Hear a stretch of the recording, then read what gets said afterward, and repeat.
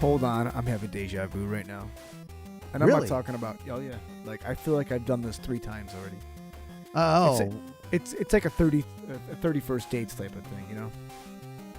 How weird would that be? Like, seriously.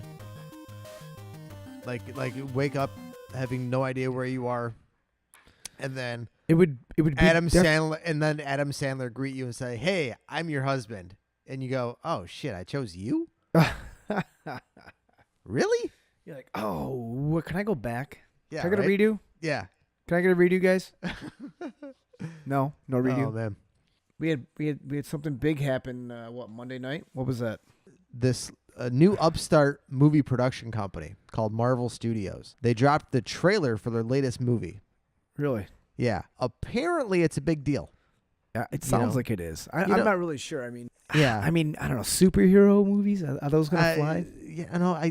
In this day and age, I just don't see how the think modern day superhero tale can be told on the big screen in a legitimate and believable way. I agree. I totally agree. I mean, who wants to see guys running around in spandex, right? fighting people? I mean, yeah. Nobody wants to see that. And who's gonna believe a man was just shot with some syringes with some blue goo and right? all of a sudden gains 70 pounds of pure muscle and never ages a day? Who would be into that kind of thing? I mean, serious. Total losers. Right? My gosh. Total. I mean, nobody believes in this shit, right?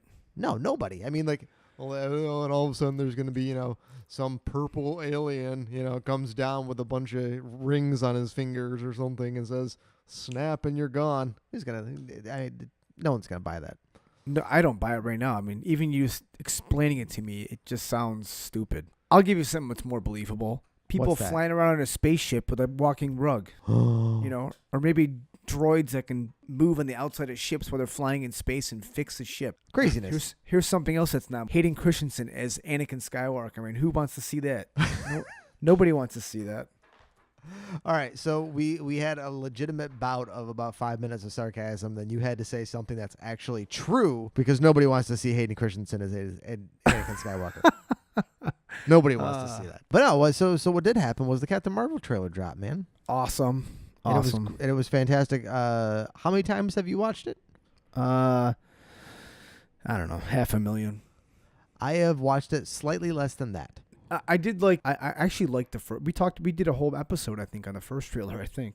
It's entirely possible. It is entirely possible. And I got to say, I love the first one. They didn't give too much away, which they always kind of do in the teasers. Yeah. But after the trailer come out, I've read a lot of bad press about it. People were upset about Brie Larson being emotionless, and they didn't really explain what was going on or who's who and what's that.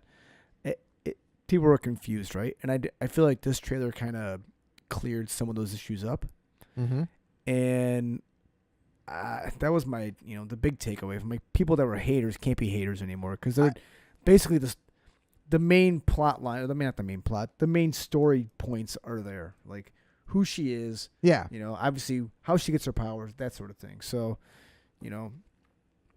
that's the kind of feeling my first take from the trailer was. I'm like, okay, these people are not going to shut up, because I hate reading, this crap. So, well, yeah, I was just listening to a popular YouTube personality yesterday, and he normally doesn't do one of these big things that's going on nowadays are these trailer reaction videos.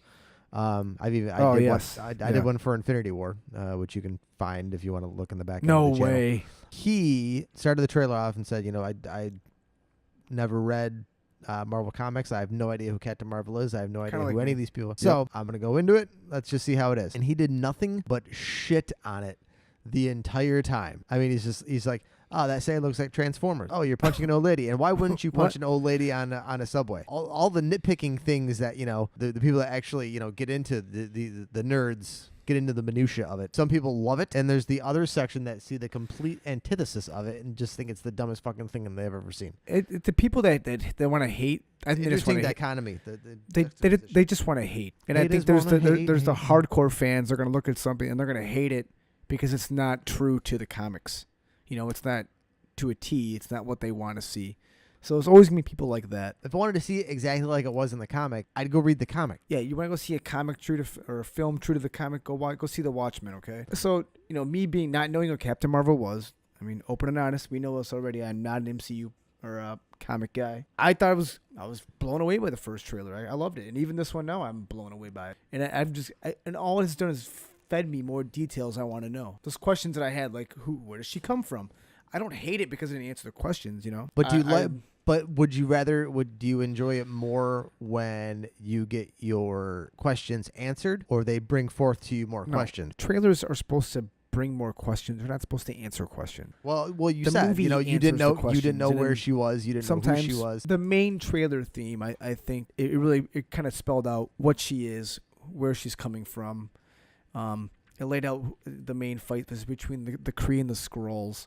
Mm-hmm. And that the Skrulls are a shape-shifting alien race. They're trying to invade the Earth. Supposedly that's my take from it. That's my my big theme that I got from watching the trailer. I don't know. What do you feel? Well, what I got from the main trailer was a few of my questions were answered. So when Annette Bening is giving her the speech, when we found you. Yep. You were no one. You had no memory of who you were. And my assumption is that's when she gets hit with the that sonic blast, which gives her powers, and they just kind of take advantage of it. Take her back to the Kree homeworld. They're like, oh hey, look at this. A regular human survived this. She's maybe we can use her. And then they just kind of brainwash her or whatnot. But when she's giving her that speech, she says, "We made you one of us so that you could be stronger." Live longer, live longer. It just it answered my question as if this movie's superior. Yes, thank you. It just answered my question as why does Brie Larson in Avengers 4 look like she's Brie Larson from 1995? So the reason she looks the same, 30 years later or 20 years later, is because of the powers that she got. So it's kind of like how Captain America's 100 years old. They're supposed to be 100 years old, but he doesn't age like the rest of us. So yeah. So that was one of the the nitpicky questions that I had, but I mean yes. So they kind of answer that for a little bit. I mean, she says like, we basically gave you these powers. Well, yes. I think what she's explaining is the fact that since she has no memory of what happened, that's the only thing that she knows. Does that make sense? I hear you. Yeah. No, okay. I totally understand. I think what's going on here is that with all trailers, there's obviously. It's not linear. They clip this shit together in such a way to make it exciting and intriguing and make you want to come see it. As with all trailers, this is no exception. And I feel like there's obviously some kind of time. There has to be some kind of time jump here. I mean, I'm still trying to wrap my head around it. So if she's a fighter pilot, so let me break it down. Like it's the way I think this happens. There's a shot in the trailer where she's being chased, I think, by a Skrull ship, and I'm going to guess the ship shoots her down, and then you see a shot of her on the ground exploding with what do you want to call it, energy blast or something. Yeah. And then there's also a shot like right after that at the 46-second mark where she's flying backwards. That's actually her. I had to stop the trailer and break it down a little bit, but that's her with it's in both shots. That's her. To me, it is. And then there's also the shot of the Skrull walking toward her twice in that trailer. Yeah. When she's laying on the ground. I feel like that's like at the beginning of the story. Oh, yes. Something happens in that scene where the Kree take her back to what's their planet? I can't think of it right now. I think it's Hala. I think. Yeah, Hala. Hala is. So anyways, I think what happens is that's how they find her. Then she's taken back. Because I think in the first trailer, you see a shot of her in space, in a plane of some sort. Yeah. So that has to be connected somehow. And then they take her back to her home, or to Hela, and then they give her these powers. Yeah. But if that takes place in 1990, you mean like how many years has she been fighting with the Kree? Yeah, and then she comes back and it's still 1990. That's, to me, that there's something really strange going on there. Like I'm having a hard time wrapping my head around it, honestly. There was a rumor when this movie was getting started that Jude Law was going to be playing Marvel, the original Captain Marvel. I think that's been confirmed too. Like he is playing Marvel. No. I think it is. He's playing Jan Rog. Who's that? I'm glad you asked, Rick. He's actually going to be the villain of the film. Like besides, Talos, which is the Skrull leader. At least on Earth anyway. So he's going to be like, the secondary, Ego the Living Planet kind of character where, it's, get close to the main character, get really personal, then all of a sudden, you find out that they've been evil the whole time. That's the way it seems to me too. Yeah, I think his character comes off as being a bad guy. But I read someplace that he's also playing a human on Earth. I have not read that. A doctor named Alan Larson. So this is where I get confused with things. Breaking news. My sources tell me that he's actually playing a character on Earth. She might be on Earth as well at the same time. I was also reading that, well, I didn't read this. I could see it. In the first Avengers movie, the Pegasus facility is where S.H.I.E.L.D., it's not S.H.I.E.L.D. headquarters, but it's like their secret laboratory for working on different types of tech, right? Their energy laboratory. Right, so that's where the Tesseract is held. So in the one shot where they're flying the plane, where her and Fury are flying the plane out of that facility, it says Pegasus on the plane, I'm pretty sure. So she's there while the Tesseract is there. So, my thought is maybe the Skrulls are after the Tesseract. The one of the Infinity Stones is actually involved with the story, which would be pretty cool. Wow, that's a really interesting theory. I have a simpler one. You're all not worthy. You are not worthy, yeah. I knew you were going to say that. So is there anything else that you, any other little details you may have picked up in the trailer there, Rick? Oh, I did see Ronan was in 2 shots. I could clearly see Ronan. Yeah. The one was the backside shot that when he's looking out into space. Yeah. You can see Captain Marvel flying around out there. The other shot is on when they're on Hela. It looks like a hangar bay. And Star Force is walking out towards a plane, and Ronan's standing there, and you can see the silhouette with his hammer. The interesting thing about that is what you may not even have noticed it. What you mean like how many years has she been fighting with the Kree? Yeah. Yep. I did. Yes. And that as she's known so while she's in the Star Force, they're calling her Vers, because if you notice in the trailer when she's looking through her bag of memories, she picks up her dog tag that says Carol Dan. Oh, and the Vers is missing. And that was the part that she had on her when she got hit. So that's the only thing that they have to call her by. And I did see that Star Force was a villain. It's a group of super villains. Star Force is a fictional super villain team appearing in the American comic book series by Marvel Comics. Its original appearance was in Cosmic Avengers number 346, released in 92, as part of the Operation Galactic Storm storyline. The team are a Kree team of superpowered individuals brought together by the Supreme Intelligence. These members are Captain Atlas, Dr. Minerva, Ronan the Accuser, Supremor, Ultimus, Korath the Pursuer, and Shatterax. So, yeah. So if you notice in that shot with all those guys on from Star Force, is that all those characters are there, actually, except for like 2 of them. They've renamed someone else. But, yeah. But it's interesting to see that she calls herself a race of noble warrior heroes. But in the comics, Star Force is actually a group of supervillains. Well, yeah, of course, because she's drinking the Kool-Aid. So all she knows is what they've told her. And if they told her that they're a bunch of superheroes trying to police the galaxy and doing good, when that's what makes the best villains, is that they think that they're right. Do you want to hear my crazy ass theory?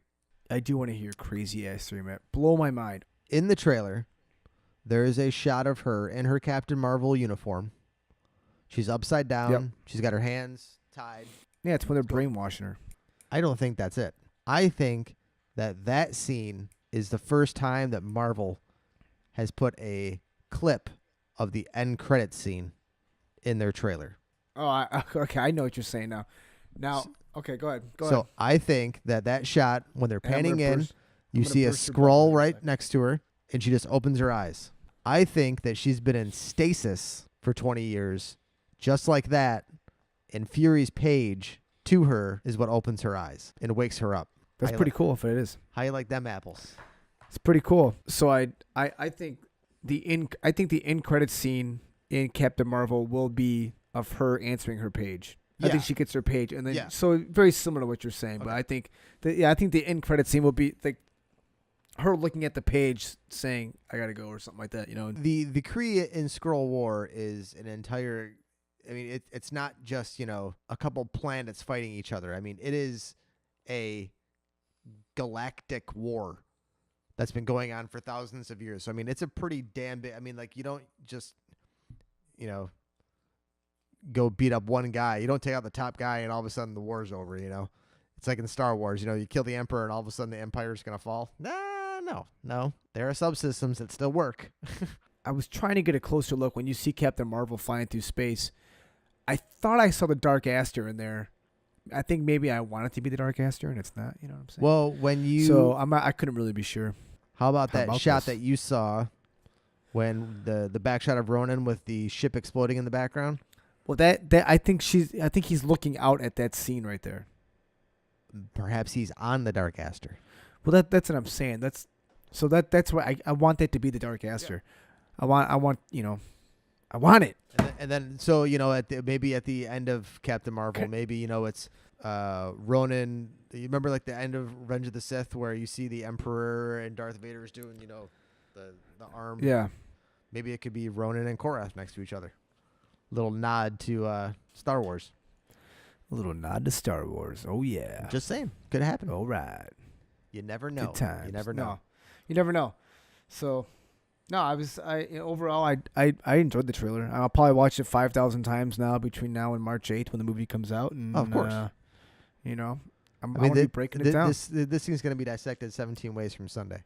So, but it's are you yawning while I'm breaking it down? I stopped listening after you said we need a plan. Well, all right. Let's Don't forget, you can reach us on the Twitters at Rock in the D or at Miscellaneous Debris with 2 underscores. And also at The Weekly Bros. You can also email us at realweeklybros@gmail.com. Once again, that email address is realweeklybros@gmail.com. Yes, please email us too, because once a month we're going to do a show where I answer all your questions. Even if it's a question posed to me, Rick is going to answer it. Right. Yes, these are questions that Rick answers, or, not him, the other person, Matt. What's your name, Matt? I'm pretty sure it's Matt. No, please ask us questions, anything you want, What's my favorite car? What do I like to drink? What's my favorite day of the week? I don't know. Maybe I'll say Saturday when it's really Thursday. Who knows? Whoa. Come on now, man. You're getting crazy on me.